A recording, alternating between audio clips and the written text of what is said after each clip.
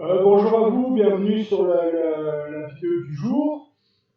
Alors, deux choses. Je voudrais parler du fait que je trouve totalement irresponsable le fait qu'en France, on n'ait pas créé de réseau Internet et des applications qui sont liées aux nouvelles technologies, euh, euh, qu'on n'ait pas créé d'options alternatives et françaises en réalité. Si vous regardez tout Internet et toutes les applications sur les nouvelles technologies sont détenues par des groupes américains, étrangers. Par exemple, là, on voit que Twitter a suspendu les comptes d'officiels vénézuéliens. Mais en France, si un jour on a des politiciens qui s'inscrivent dans une politique qui ne plaît pas à l'idéologie de ceux qui sont embarqués dans le tout technologique orwellien, et surtout à l'américaine. Hein, rien ne les empêche, puisqu'il n'y a pas visiblement, ces gens-là n'ont pas, c'est très curieux, on assiste quand même à quelque chose qui a trait de la voyoucratie mondialiste. On a des gens qui mettent en place des technologies qui rendent les autres dépendants de ces nouvelles technologies, mais qui ne sont pas soumis à des règles d'impartialité, de déontologie. Ou alors, la déontologie, c'est eux qui la mettent en place comme ça les arrange. Il n'y a qu'à voir les, les règles de liberté d'expression et la manière dont on censure en prétendant pratiquer la liberté d'expression. On voit bien que c'est très tordu tout ça. En réalité, il y a un piège qui est en train de se tendre et que les Français n'ont pas saisi, c'est que progressivement, ces nouvelles technologies qui étaient gratuites au départ et qui étaient censées amasser le plus de gens possible dans la mise en place entrepreneuriale et donc la dépendance, et bien progressivement, une fois que les gens sont totalement dépendants de ça, il n'est pas possible que tout se retourne en étant payant et où on oblige les gens à se soumettre à une éthique qui correspond à une certaine idéologie.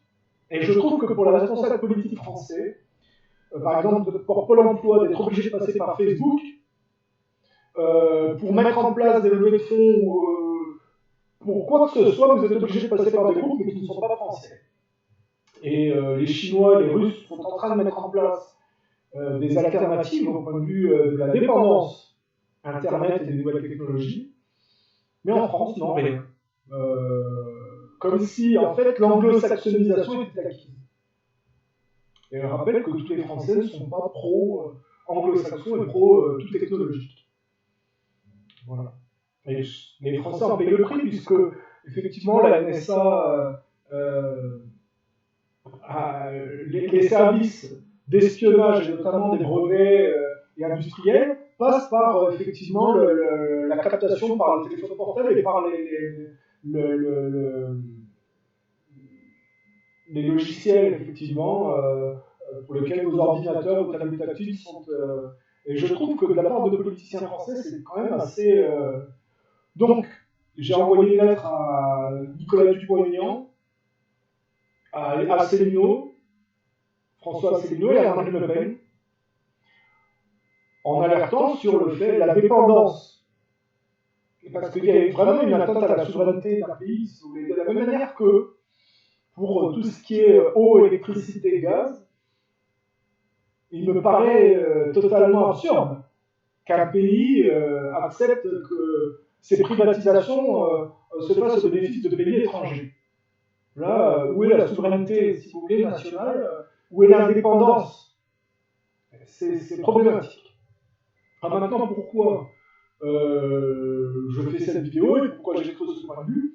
Parce que quand on fait des formations entrepreneuriales aujourd'hui en France, on voit que les Français sont en retard par rapport aux Américains à qui ils essayent de cadrer, si vous voulez. Ils se basent par exemple sur des phrases de Steve Jobs comme quoi c'est pas au consommateur de savoir ce qu'il veut.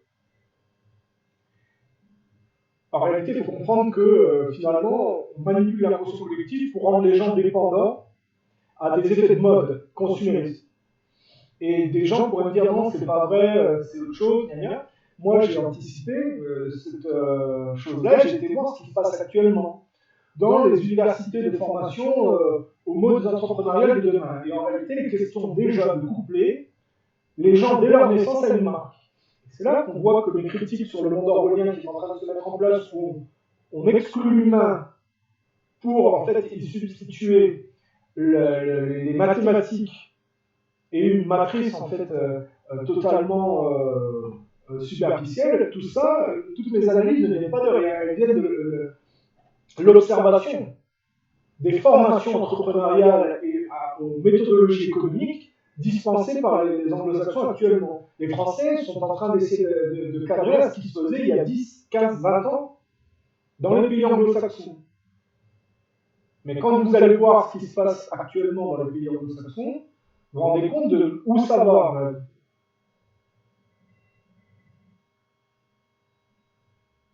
Et pourtant, on a assez de cerveaux, de gens de qualité, de formation de qualité, pour que les Français mettent en place leur propre réseau et leur propre indépendance aux nouvelles technologies.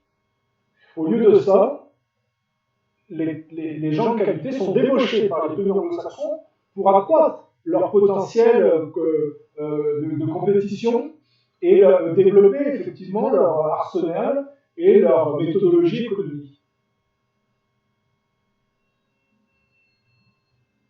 Bon, je tenais à faire une vidéo pour en parler parce que je trouve que c'est triste. Voilà.